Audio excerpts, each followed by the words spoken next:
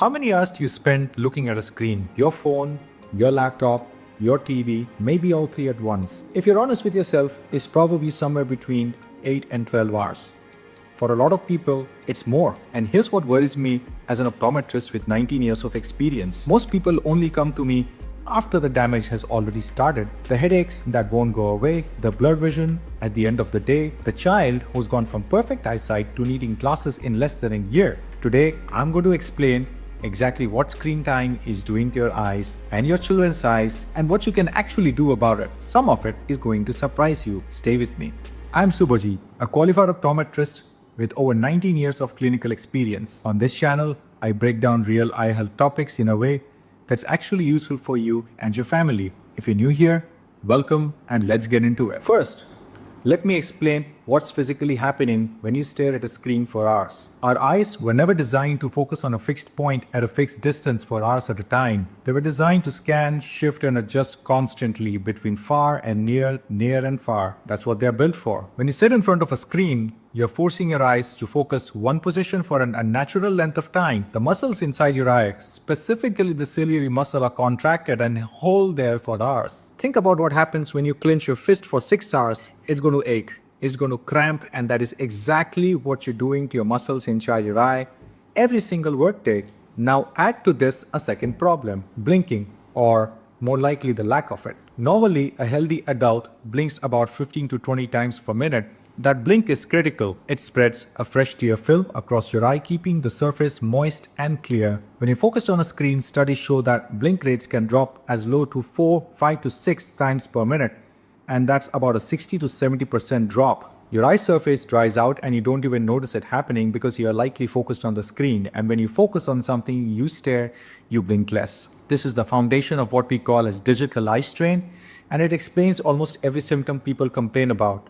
Dryness, burning, itchiness, the blurred vision, and the headaches. It all comes back to sustained focus and reduced blinking. Now let me go through the symptoms because a lot of people are experiencing these and they have no idea their screen is the cause. Headaches, especially around the eyes or at the forehead, these are often caused by eye muscles straining to maintain focus or by the contrast and glare from the screen. Blurred vision at the end of the day, or that annoying moment when you look up from your screen and everything nearby is briefly blurry. This is called accommodative spasm. Your focusing muscle has been clenched for so long it temporarily struggles to relax. Dry burning or gritty eyes. This is a classic dry eye symptom from reduced blinking. Some people describe it as a feeling like sand in their eyes. Sensitivity to light. Screens, especially in a dark room, can make your eyes more light sensitive over time. Neck and shoulder pain.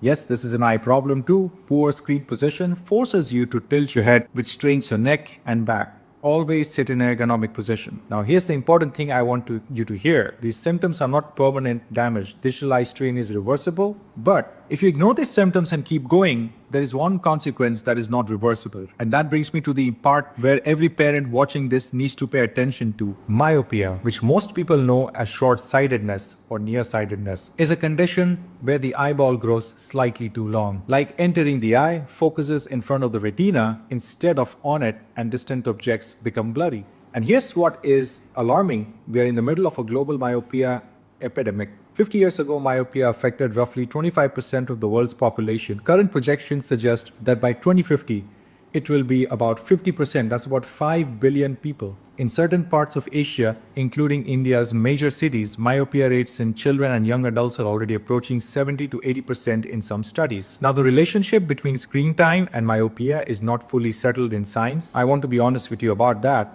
But what is well established is that the two biggest risk factors for myopia progression in children are prolonged near work, which includes screens, and reduced time and which is spent outdoors in sunlight. When children spend hours doing near work, reading, writing, staring at a phone or a tablet, the eye may respond by elongating its length. And that elongation stays. It's permanent. Once the eyeball has grown longer, there's no way to shrink it back. This means a child who is developing myopia or short-sightedness at the age of 7 and is not managed well will likely end up with significantly higher prescription by the time they're adult teenagers. And high myopia is not just about needing thick glasses. High myopia significantly increases the risk of serious conditions in later life, like retinal detachment, glaucoma, and even vision-threatening macular degeneration. So if you have a child under 12 who is spending 12 hours a day on the screens, this is a section of the video I want you to share with every parent you know. So what do we do actually about all of this? You've probably heard of the 20-20-20 rule. Every 20 minutes, look at something 20 feet away for 20 seconds. It's a good advice, but in my clinical experience, most people either forget to do it or they do it wrong and wonder why it's not helping. Let me break it down properly. The purpose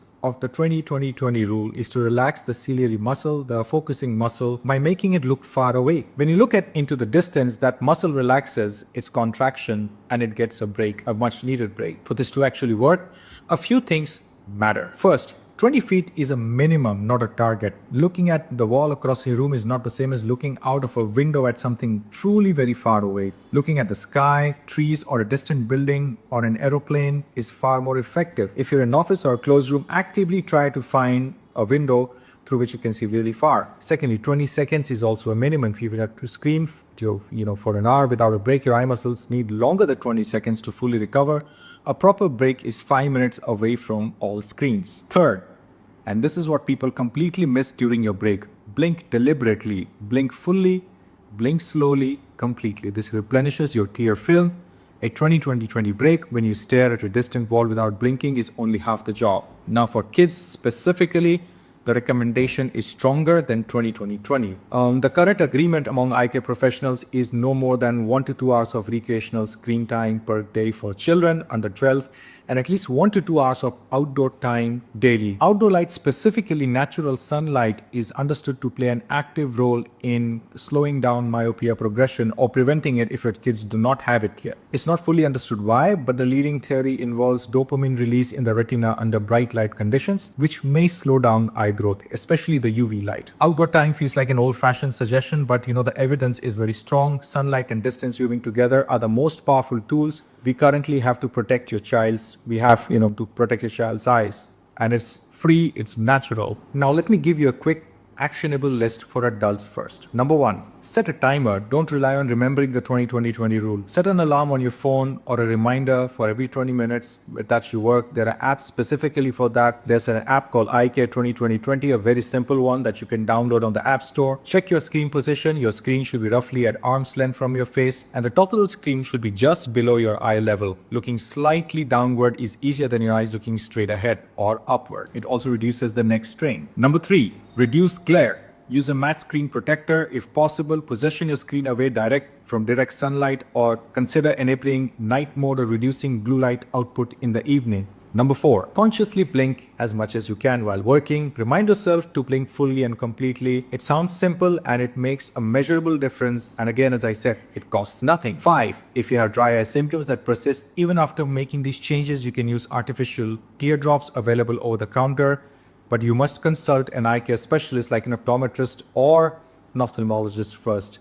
If the symptoms are persistent or severe, visit them. For parents, number 1, enforce outdoor time before screens. Make it the rule in your home. 1 to 2 hours outside before recreational screen time is recommended. Number 2, keep devices switched off out of bedrooms at night. Screen use in the dark particularly is hard on young guys, and it also may disrupt sleep patterns, which has its own impact. Number 3, have your child's eyes examined annually. Myopia that is caught early can be managed. There are now specific myopia control treatments, special myopia control optical lenses, atropine eye drops. All of these have strong clinical evidence for slowing progression, but your eye care professional, optometrist, or ophthalmologist will be the best person to recommend. Number 4, watch for these signs in your child. Squinting to see the board at school, sitting closer to the television, rubbing their eyes frequently, or headaches after school work. These may be red flags that show that there is an eye checkup that is overdue. Here's what I want you to take away from this video. Screen time is a reality of modern life. I'm not here to tell you throw away your devices. That's not practical and it's not necessary. But your eyes,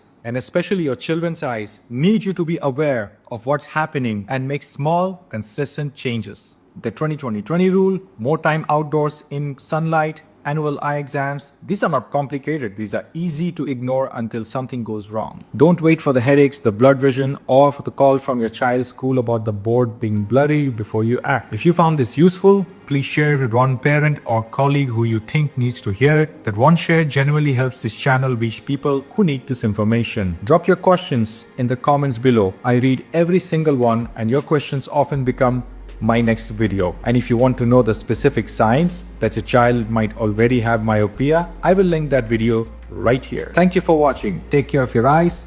I will see you in the next one.